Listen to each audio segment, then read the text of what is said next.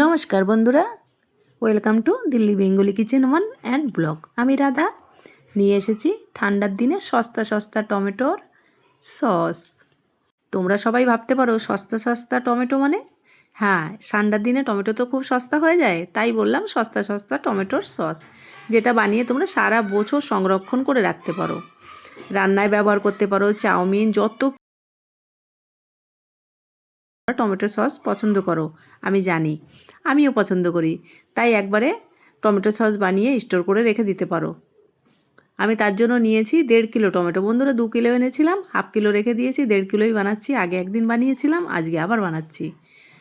টমেটোর ভিতরে বিট দেবো, বিটটা দিলে পরে কালারটা খুব সুন্দর হয়। তাহলে চলো সবজিগুলো সব কেটে নিই।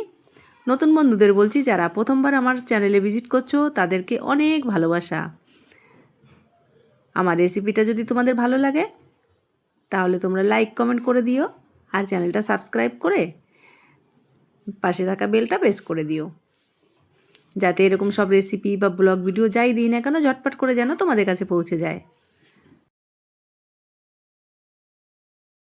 আমি টমেটো, বিট সব কিছু পরিষ্কার করে ধুয়ে নিয়েছি। সবার আগে আমি বিটটা কেটে নেব। বন্ধুরা, তোমরা যদি চাকু দিয়ে কাটতে যাও খুব সাবধানে কাটবে, এটা স্লিপকে হাত কেটে যাওয়ার চান্স থাকে। বাসন ব্যবহার করছি না, একবারেই আমি কুকারের ভিতর ছোটো ছোটো টুকরো টুকরো করে কেটে নেব। আমি একটা বিটের অর্ধেকটা দিলাম, পুরোটা দিলাম না। তোমরা টমেটো যেরকম তোমাদের থাকে সেই হিসাবে তোমরা বিটটা দিও। বিটটা যদি নাও থাকে নাও দিতে পারো, তবে আমার ছিল রাখা ঘরে, এই জন্য আমি দিয়ে দিলাম। বিট দিলে কালারটা খুব সুন্দর হয়। এবার টমেটোগুলো সব কেটে নিয়েছি বন্ধুরা। এবার দিয়ে দিলাম গুড়। আমি চিনি দিচ্ছি না, তোমরা চাইলে এখানে চিনি ব্যবহার করতে পারো। স্বাদ মতন দিয়েছি নুন। এবার দিলাম ছোটো এলাচ, লং, আর বড় এলাচের একটু মানে কিছুটা বড় এলাচ দানা দিয়ে দিলাম। দিয়েছি রসুন কয় দানা, আর দিলাম পেঁয়াজ। রসুনটা পেঁয়াজটা তোমরা নিজেদের পছন্দ মতন, যেমন আমি একটু স্পাইসি করব বন্ধুরা, স্পাইসি টাইপেরই ভালো লাগে খেতে। এবার দিয়ে দিলাম 3টে শুকনো লঙ্কা।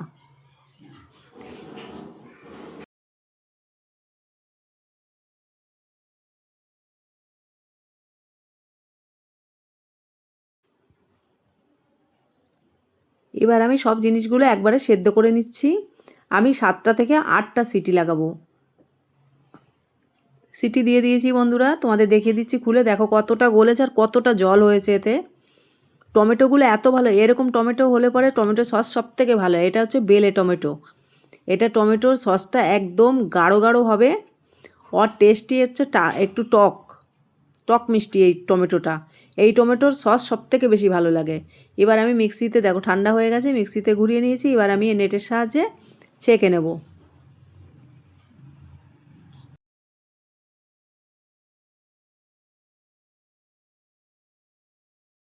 বিটের জন্য দেখো বন্ধুরা কালারটা দেখো কেমন হয়েছে, একদম ফাইন কালার।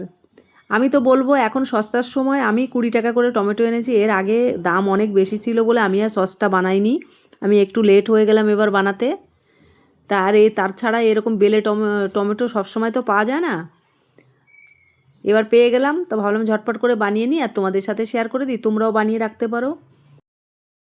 80 টাকা অবধি 100 টাকা অবধিও কিলো হয়ে যায় বন্ধুরা। তবে টমেটো সসটা বানিয়ে রাখলে তোমরা তখন ব্যবহার করতে পারো রান্নায়ও।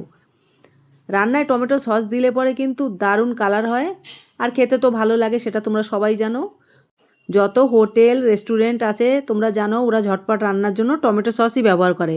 তবে ঘরে বসেও কিন্তু ওই হোটেলের মতো রান্না করা যেতে পারে টমেটো সস দিয়ে। একবার ট্রাই করতেই পারো, যারা কখনো করনি। মনে হয় অনেক কঠিন, একদম কঠিন নয় বন্ধুরা, তোমাদের সব কিছু হাতে ধরে দেখিয়ে দিলাম, তোমরা করে নিও। করে ফ্রিজ তো সবার ঘরেই আছে, ফ্রিজের মধ্যে ওটাকে স্টোর করে রাখতে পারো। 1 বছর ধরে তো তোমরা খেতেই পারবে। আমার 1 বছর হয়ে গেছে, এখনও কিছুটা আমার আছে টমেটো সস। আবার এই যে আমি বানিয়ে নিচ্ছি, যা আছে আমার আর 2-4 দিন চলবে, ওই জন্য আমি বানিয়ে নিলাম। তোমরাও বানিয়ে নিয়ে তোমাদের টমেটো সস কেমন হয় আমাকে ফিডব্যাকে অবশ্যই জানিও। আমি একদম সোজা আর আসানভাবে বলে দিলাম তোমাদের কি করে টমেটো সস বানাবে, কি করে সংরক্ষণ করে রেখে দেবে পুরো বছর। এবার ধীরে ধীরে ধীরে ধীরে একদম মিডিয়াম আঁচে রেখে এবার আমি টমেটো সসটাকে রান্না করে নেব ধীরে ধীরে।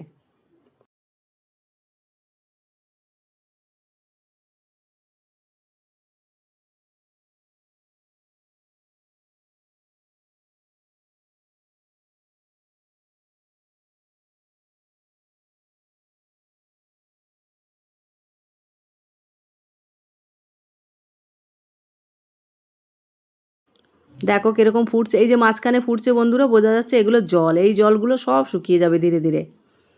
যখন হয়ে যাবে তোমরা দেখলেই বুঝতে পারবে, আর আমি তোমাদের চেক করিয়ে দেখিয়ে দেবো কেমনভাবে চেক করবে তোমরা, কিভাবে বুঝবে যে টমেটো সসটা রেডি হয়ে গেছে।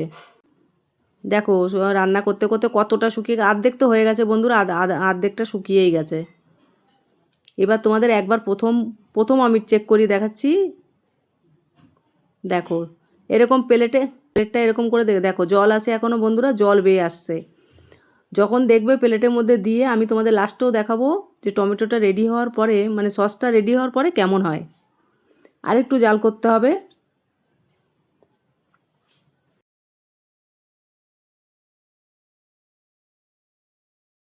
দেখো আরও 5 মিনিট জাল দিয়ে আবার দেখলাম এখনও সামান্য জল আছে।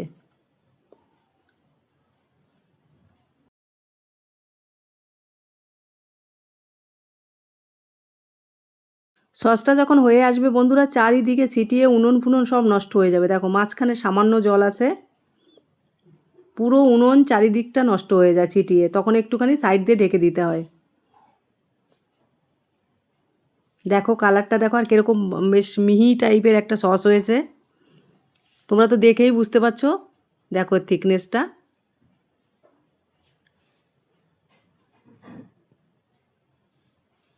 সসটা হয়ে গেছে বন্ধুরা, হাতা দেখেই বোঝা যাচ্ছে। এবার আমি দিয়ে দেবো ভিনিগার, 1 ঢাকন ভিনিগার দিয়ে দিলাম। তোমাদের সসের পরিমাণ হিসাবে তোমরা দিয়ে দিতে পারো।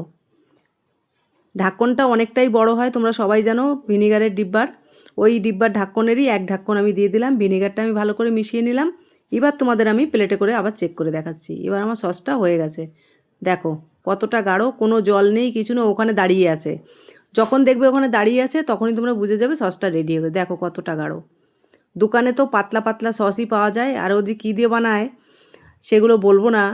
যাক, ঠান্ডা হয়ে গেছে আমার সসটা, এবার আমি একটা বার্নিতে ঢেলে নেব। তবে যে বার্নিতে স্টোর করবে বন্ধুরা, মনে রাখবে সবসময় ওই বার্নিটাকে কিন্তু একটু গরম জলে ফুটিয়ে নিতে হবে, তাহলে তোমার সসটা দীর্ঘ সময়ের জন্য ভালো থাকবে, সুরক্ষিত থাকবে। গরম জলে কাচের বার্নিটা তোমরা ধুয়ে নেবে। ধুয়ে নেবে বলতে কিন্তু ধুয়ে কিন্তু কাপড় দিয়ে মুছবে না বন্ধুরা, রোদে দিয়ে শুকিয়ে নেবে বার্নিটা।